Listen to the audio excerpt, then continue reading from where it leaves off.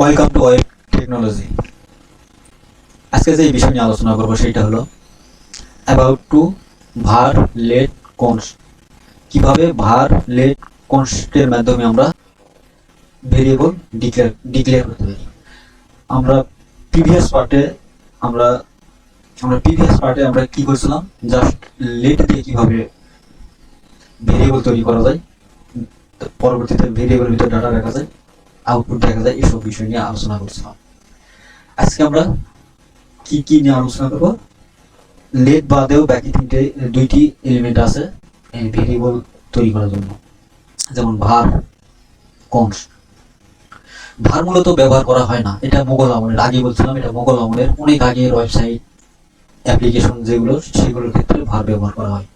তো যেহেতু ব্যবহার করা হয় না, সেগুলি কি এটা আমরা জানবো না, কি এটা কি আমাদের জানা দরকার? হ্যাঁ, অবশ্যই এটা জানা দরকার। কেন জানা দরকার? হয়তোবা আপনি এখন একটা অ্যাপ্লিকেশন বা ওয়েবসাইট তৈরি করতেছেন, তো আপনার কাজটা শুধু ওয়েবসাইট তৈরি করা বা অ্যাপ্লিকেশন তৈরি করার ক্ষেত্রে তো সীমাবদ্ধ না। আপনার পরবর্তীতে কি করা লাগতে পারে, একটা ওয়েবসাইট বা অ্যাপ্লিকেশন রিপেয়ারিং করাও লাগতে পারে। হয়তো বা এমন একটা ওয়েবসাইট, ই কমার্স ওয়েবসাইট আপনাকে একজন দিছে যে এটা আমার ই কমার্স ওয়েবসাইট, এটা আমার তৈরি করা 2005 সালের, আমি এই ওয়েবসাইট বা অ্যাপ্লিকেশনকে আমি কি করতে চাচ্ছি, এটা আপডেট করতে চাচ্ছি। তো সেই ক্ষেত্রে সেই দায়িত্বটা আপনাকে দিছে।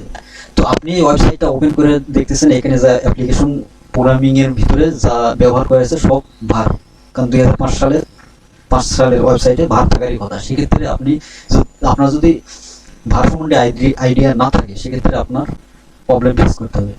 সেক্ষেত্রে আমরা ভার দিয়েও আমরা কাজ করব, লেট দিয়েও কাজ করব, কনস্ট দিয়েও কাজ করব। কারণ বর্তমানে যখন আমরা অ্যাপ্লিকেশন বা ওয়েবসাইট তৈরি করব, সেক্ষেত্রে আমরা ভার ব্যবহার করব না, কিন্তু রিপেয়ারিং এর ক্ষেত্রে আমরা যেহেতু ভার আমাদের নিয়ে কাজ করতে হবে, সেক্ষেত্রে আমরা ভার সম্বন্ধে জানবো। তো ভার কি, লেট কি, কনস্ট কি, চলুন আমরা দেখে আসি। তো তার জন্য আমরা সর্বপ্রথম কি করতে হবে, সর্বপ্রথম আমরা ওয়েব টেক ফোল্ডারে ঢুকলাম। তার ভিতরে আমরা আরো একটা ফোল্ডার তৈরি করলাম, যেহেতু আজকে পার্ট 6, ফোল্ডারের নাম দিলাম পার্ট 6। তারপর কি করতে হবে, এই ফোল্ডারটাকে ওপেন করতে হবে। ফোল্ডারের ভিতরে আবার কি করতে হবে, ফাইল তৈরি করতে হবে। ফোল্ডারের ভিতরে ফাইল তৈরি করার জন্য কি করতে হবে, নিউ থেকে টেক্সট ডকুমেন্ট থেকে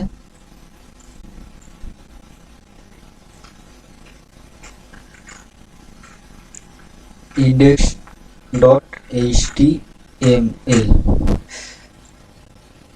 index.html আমি কি জন্য লিখছি, প্রিভিয়াস পার্টে আমরা এটা নিয়ে বিস্তারিত আলোচনা করছি, আশা করি আপনারা বুঝতে পেরেছেন। যদি না জেনে থাকেন প্রিভিয়াস টপিকস দেখে আসবেন। তাহলে যেহেতু আমাদের জাভাস্ক্রিপ্ট ফাইলে কাজ করতে হবে, তার জন্য কি করতে হবে, আরো একটা ফাইল তৈরি করতে হবে, জাভাস্ক্রিপ্ট ফাইল তৈরি করার জন্য সেম ভাবে নিউ থেকে টেক্সট ডকুমেন্টে কাস্টম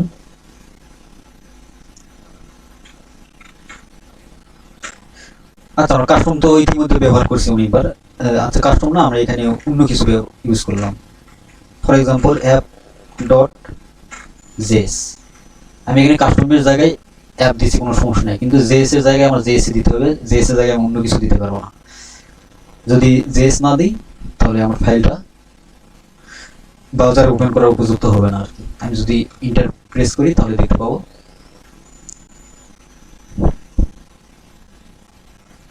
জেএস ফাইলটা আমার ওপেন হয়ে গেছে। তো তারপরে আমাদের যা করতে হবে, তারপর আমাদের পার্ট 6 কে যে কোনো কোড এডিটরে ওপেন করতে হবে। যেহেতু আমরা ইতিপূর্বে ভিএস অর্থাৎ ভিউজার স্টুডিওর কোড নিয়ে কাজ করেছি, আজকে আমরা ভিউজার স্টুডিওর কোড নিয়েই কাজ করবো, সেজন্য ভিউজার স্টুডিও কোড ওপেন করতে হবে। তারপর আমাদের এইচটিএমএল স্ট্রাকচারটা রেডি করতে হবে। এইচটিএমএল স্ট্রাকচার রেডি করার জন্য কি করতে হবে, HTML:5। যেহেতু আমরা জাভাস্ক্রিপ্ট এক্সটার্নাল ফাইল হিসেবে এখানে app.js আছে, তো আমার app.js কে HTML ফাইলের সাথে কি করতে হবে, এক্সটার্নাল ভাবে লিঙ্ক করতে হবে। তার জন্য টাইপ করতে হবে স্ক্রিপ্ট src। তো সোর্স হিসাবে আমাদের ফাইলটাকে এখানে লিঙ্ক আপ করতে হবে। এখানে আমি কি নামে ফাইল তৈরি করেছি, app.js। তো এখানে আমি app.js থেকে লিঙ্ক করলাম। তো এখানে লিঙ্ক হয়েছে কিনা সেটা করার জন্য কি করতে হবে, এটাকে আমরা প্রথমে টেস্ট করতে হবে ফাইলটা লিঙ্ক হয়েছে কিনা। তো তার জন্য আমাদের অ্যালার্ট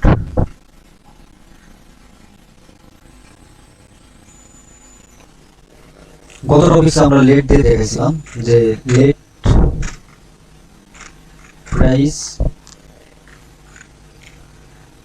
প্রাইস ইকুয়াল ধরেন 100, লেট প্রাইস ইকুয়াল 100। এখন যদি আমরা প্রাইসকে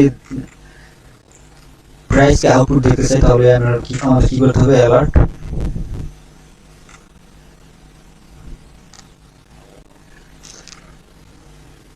অ্যালার্ট এখানে লিখতে হবে কি প্রাইস।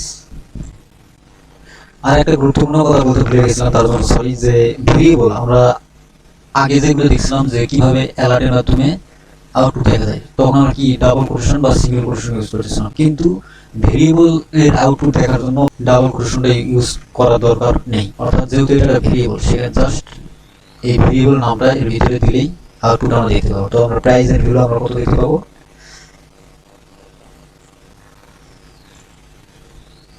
যেখানে রিফ্রেশ করি তাহলে দেখতে পাবো 100। প্রাইসের ভ্যালু আমরা কত দেখতে পাচ্ছি, 100। আমি এখানে যদি লেট ব্যবহার না করে ভার ব্যবহার করতাম, ভার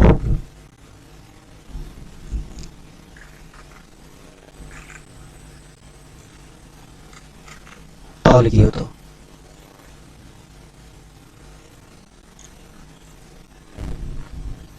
তো ভার দিয়ে আমরা আউটপুট দেখতে পাচ্ছি। যদি ভার না দিয়ে আমরা যদি এখানে কনস্ট ইউজ করতাম তাহলে কি হতো,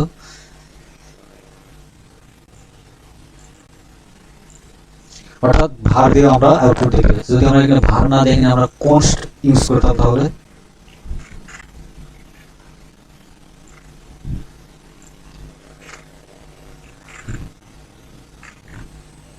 কনস্ট ইকুয়াল 600। এখন যদি আউটপুট দেখতে যাই তাহলে আমরা কি দেখতে পাবো, 600। অর্থাৎ আমরা ভার দিয়েও আউটপুট ভার দিয়েও আমরা ভেরিয়েবল ডিক্লেয়ার করতে পারতেছি, লেট দিয়ে করতে পারতেছি, কনস্ট দিয়ে করতে পারতেছি। তো ভার, লেট আর কনস্টের মধ্যে পার্থক্য কি, ভার, লেট,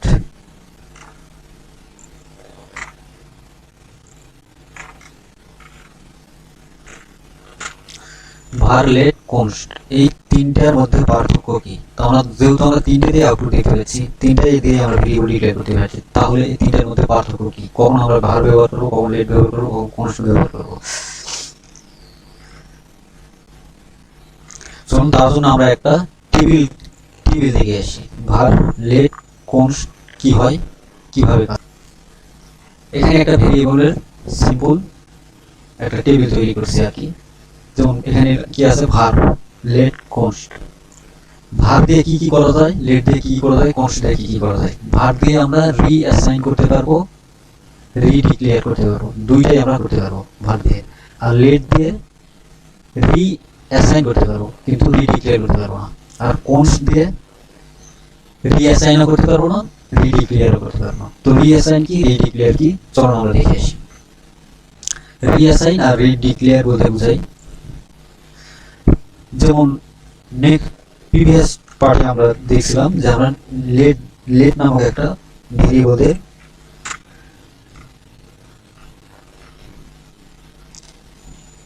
ডিক্লেয়ার করেছিলাম কি দিয়ে, লেট দিয়ে। আমি যখন লেট নামক যখন আমি আবার যখন লেট দিয়ে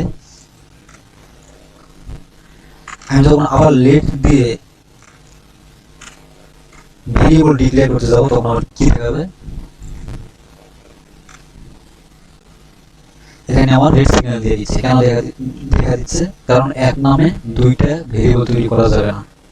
এইভাবে আমি বলছিলাম, আমি আবার বলতেছি যে লেট দিয়ে যদি আমি ভেরিয়েবল ডিক্লেয়ার করি, জাস্ট আমরা এক নামে একবার ব্যবহার করতে পারবো, দ্বিতীয়বার ব্যবহার করা যাবে না। কিন্তু আমি এখানে যদি লেটের পরিবর্তে ভার দিতাম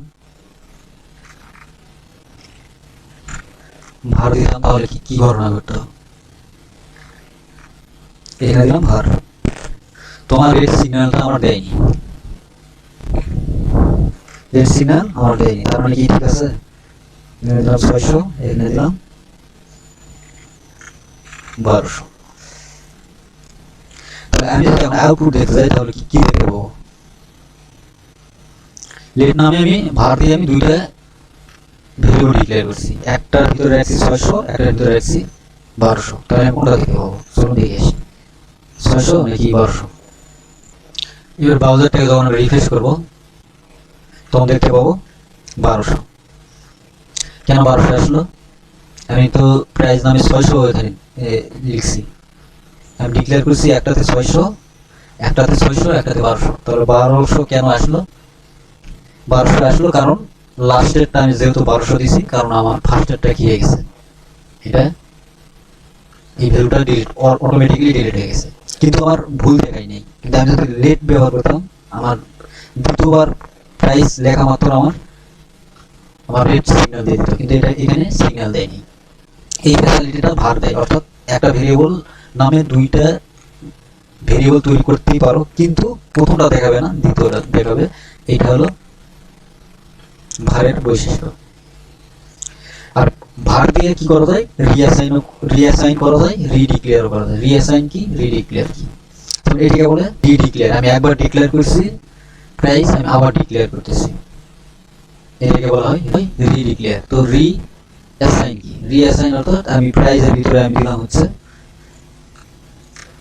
আমি এখানে প্রাইস আছে, প্রাইসের ভিতরে আমি দিলাম 1200 প্লাস 300। তাহলে এখন কত দেখাবে?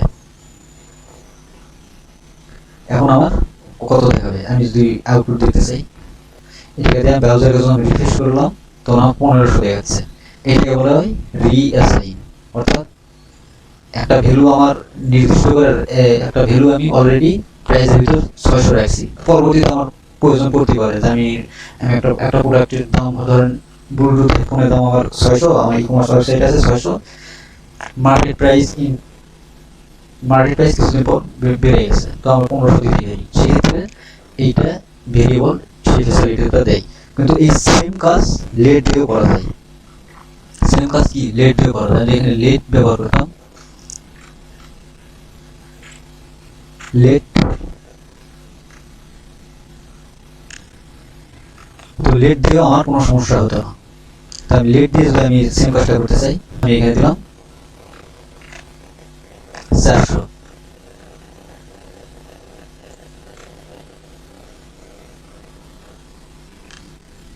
তাহলে এখন যদি আউটপুট দেখতে চাই তাহলে আমি কি দেখতে পাবো? 1600। এটাকে বলা হয় রিঅ্যাসাইন, অর্থাৎ লেট দিয়ে আমরা কি করতে পারবো? অর্থাৎ লেট দিয়ে আমরা রিঅ্যাসাইন করতে পারতেছি, কিন্তু রিডিক্লেয়ার করতে পারতেছি না। কেন? রিডিক্লেয়ার কি? তো আমি এখানে প্রাইস ইকুয়াল টু 1200 সাথে আমি আরো 400 যোগ করছি, কিন্তু এখানেও রাখছি প্রাইস, এখানেও রাখছি প্রাইস। এটাকে বলা হয় রিঅ্যাসাইন, অর্থাৎ যে ভ্যালুটা আছে সেই ভ্যালুটাকে মডিফাই করা, অর্থাৎ পরিবর্তন করা। এটা ভার দিয়েও করা যায়, লেট দিয়েও করা যায়। আমরা ইতিমধ্যে অলরেডি দেখে আসছি। এইটা হলো ভার। ভার দিয়ে কি করা যায়? রিঅ্যাসাইন করা যায়, রিডিক্লেয়ার, দুইটাই করা যায়। আর লেট দিয়ে কি করা যায়? রিঅ্যাসাইন করা যায়, কিন্তু রিডিক্লেয়ার করা যায় না।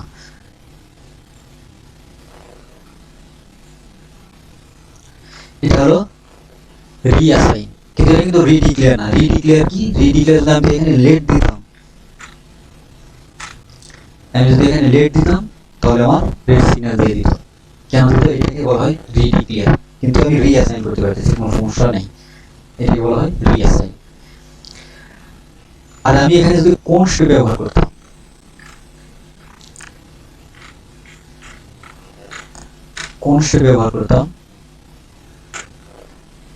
আমি কনস্ট নামে একটা ভেরিয়েবল তৈরি করলাম, প্রাইস। আমি এখানে যখন আমি আবার কনস্ট লিখবো তখন দেখবো যে এখানে রেড সিগন্যাল দিয়ে দিচ্ছে, অর্থাৎ আমি সে বলতেছে কনস্ট নামে একবার তুমি ভেরিয়েবল প্রাইস নামে ভেরিয়েবল তৈরি করছো, কনস্ট নামে তুমি আবার করতে গেছো কেন, সেই জন্য আমি রেড সিগন্যাল দিছি। সেটা কে এই সেটা বলতেছে। তো এখন দেখে আসছি এটা তো বলে রিডিক্লেয়ার, তো রিঅ্যাসাইন করি সেটা করা যায় কিনা। যেমন এখানে প্রাইস আছে 600 সাথে আরো আমি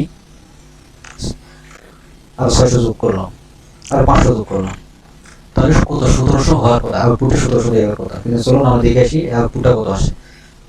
যখন আউটপুট দেখতে যাবো তখন ব্রাউজারটাকে রিফ্রেশ করবো, তখন কিছুই আসতেছে না, ফাঁকা এমটি। কেন এমটি?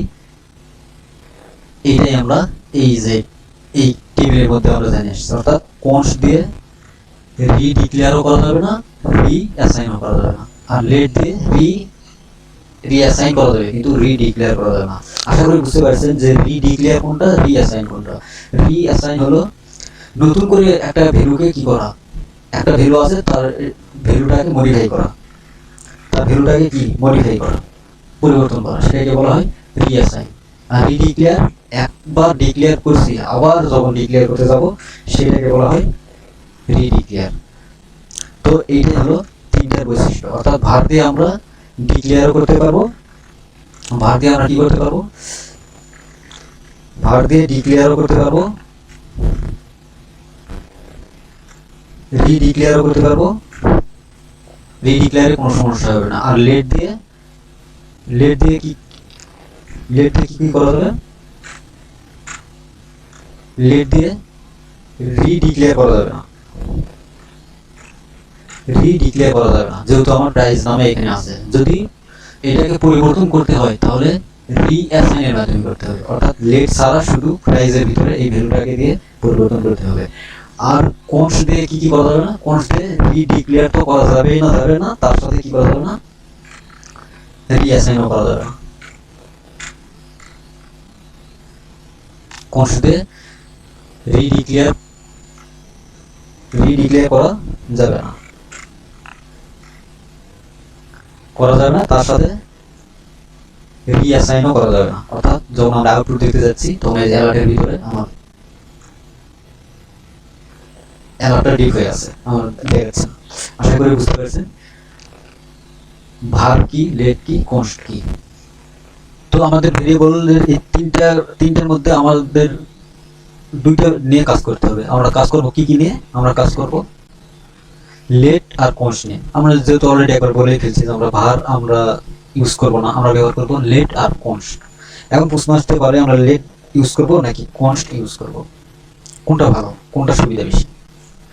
তো এই প্রশ্নের উত্তরে আমি বলবো, আমি আপনাদেরকে একটা প্রশ্ন ছেড়ে দেবো যে আপনাদেরকে যদি কেউ প্রশ্ন করে শার্ট টি শার্ট ভালো নাকি সোয়েটার জ্যাকেট ভালো, তাহলে আপনি এই উত্তরে কি বলবেন?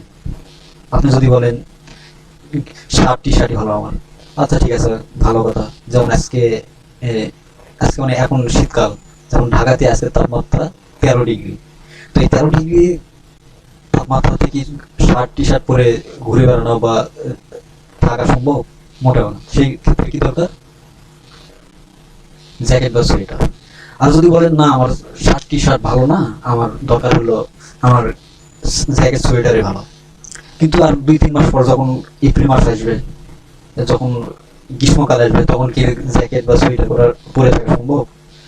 মোটেও না। তখন কি দরকার আমার, শার্ট বা টি শার্ট। ঠিক এমনটাই আচরণ করে লেট আর কনস্ট, অর্থাৎ যখন যেটা প্রয়োজন তখন আমার সেটা ব্যবহার করতে হবে। লেট অর্থাৎ যেসব জিনিস আমার অ্যাসাইন করার প্রয়োজন, অর্থাৎ আমি প্রাইস এখানে আমি 600 দিছি, আমার কিছুদিন পর আমার প্রাইসটা বাড়ানো লাগতে পারে বা কমানো লাগতে পারে, সেক্ষেত্রে আমি কি করবো, আমি লেটটাকে ব্যবহার করবো।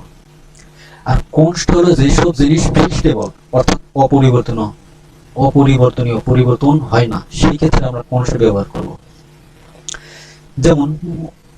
যেমন লেটের ক্ষেত্রে আগে দেখব, যেমন কেউ একজন ধরেন কোম্পানিতে জয়েন করেছে অফিস সহকারী পদে, কিন্তু তার কিছুদিন পর পদোন্নতি হয়ে সে হয়ে গেছে কি সুপারভাইজার। তারপর কয়েক বছর পর সে সুপারভাইজার থেকে হয়ে গেছে কি ম্যানেজার থেকে এমডি। তো এইভাবে পদ কি হয়ে গেল, তার পদোন্নতি হয়ে গেল। তাহলে কি এটা কি পরিবর্তনীয়। কিন্তু যে ব্যক্তিটা যে পদটা পরিবর্তন হয়ে গেল, তো তার একটা কি আছে, নাম আছে, সেই নামটা কি কোনোদিন পরিবর্তন হবে? মনে করে একজন আবুল নামে অথবা আদিল নামে একজন ব্যক্তি, সে ব্যক্তি প্রথমে অফিস ওয়ার্কের পদে ঢুকছে, কিছুদিন পর সুপারভাইজার, তারপর ম্যানেজার, ম্যানেজার থেকে এমডি পদে পদোন্নতি হয়েছে, কিন্তু যে ব্যক্তিটার নাম, একটা নাম আছে অথবা তার একটা এনআইডি নাম্বার আছে, এই পদোন্নতিটা হলো লেট, অর্থাৎ এখন যেটা ব্যবহার করতেছি কিছুদিন পর আমার পরিবর্তন হতে পারে, কিন্তু সেই ব্যক্তিটার নাম অথবা এনআইডি নাম্বার, সেই নাম্বারটা কি থাকবে, সারা জীবন একই থাকবে। তার নাম, তার বাবার নাম, তার এনআইডি নাম্বার সারা জীবন কি থাকবে, একই থাকবে। এটা হলো ফিক্সড, অর্থাৎ কোনোদিন পরিবর্তিত হবে না। সেসব ডেটাকে যদি আমরা ব্যবহার করতে চাই বা স্টোর করে রাখতে চাই, সেক্ষেত্রে আমরা এই কনস্ট ব্যবহার করব। আশা করি বুঝতে পারছেন লেট এবং কনস্ট কি জিনিস। চলুন আর একবার দেখে আসি টেবিলের মাধ্যমে, যেটাকে টেবিল দিয়ে আমরা বুঝলাম, সেই টেবিলটাকে আমরা আবার একবার দেখে আসি যে ভার কি, ভার হলো একটা ভেরিয়েবল ডিক্লেয়ার করার এলিমেন্ট। সেই এলিমেন্টে কি করা যায়, রিঅ্যাসাইনও করা যায়, রিডিক্লেয়ারও করা যায়। আর লেট দিয়ে রিঅ্যাসাইন করা যায় কিন্তু রিডিক্লেয়ার করা যায় না, আর কনস্ট দিয়ে রিঅ্যাসাইন, রিডিক্লেয়ার কোনটাই করা যায় না। তো রিঅ্যাসাইন, রিডিক্লেয়ার কি সেটা আশা করি বুঝতে পারছেন। রিঅ্যাসাইন বলা হয় এইটাকে, অর্থাৎ কনস্ট নামে প্রাইস, কনস্ট প্রাইস নামে 600 ভ্যালু রাখছি, এটাকে বলা হয়, এটাকে বলা হয় ডিক্লেয়ার। এমনটা আমি একবার ডিক্লেয়ার করেছি কনস্ট দিয়ে, কিন্তু এখানে যদি আবার কনস্ট দিই তাহলে এটা হবে রিডিক্লেয়ার। আর এখানে আমি যদি কনস্ট অথবা কোনো ভেরিয়েবলের নাম না দিয়ে জাস্ট এই ভেরিয়েবলটাকে এখানে রেখে মডিফাই করি, সেটাকে বলা হয় রিঅ্যাসাইন। আমি আবার বলতেছি, সেটাকে বলা হয় রিঅ্যাসাইন। রিঅ্যাসাইন দিয়ে, ভার দিয়ে রিঅ্যাসাইন করা যাবে, রিডিক্লেয়ার দুইটাই করা যাবে। লেট দিয়ে রিঅ্যাসাইন করা যাবে, রিডিক্লেয়ার করা যাবে না। আর কনস্ট দিয়ে রিঅ্যাসাইন, রিডিক্লেয়ার কোনটাই করা যাবে না। আশা করি বুঝতে পারছেন। তো আমরা নেক্সট টপিকস যে বিষয় নিয়ে আলোচনা করবো সেটা হলো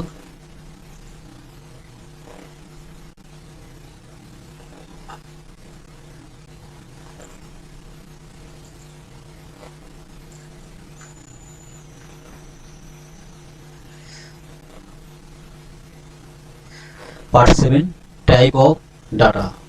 ডাটা কি কি ধরনের হয়, স্ট্রিং, নাম্বার, ফ্লোট, বুলিয়ান, নাল, এসব বিষয় নিয়ে আমরা নেক্সট পার্টে আলোচনা করব। ধন্যবাদ সবাইকে।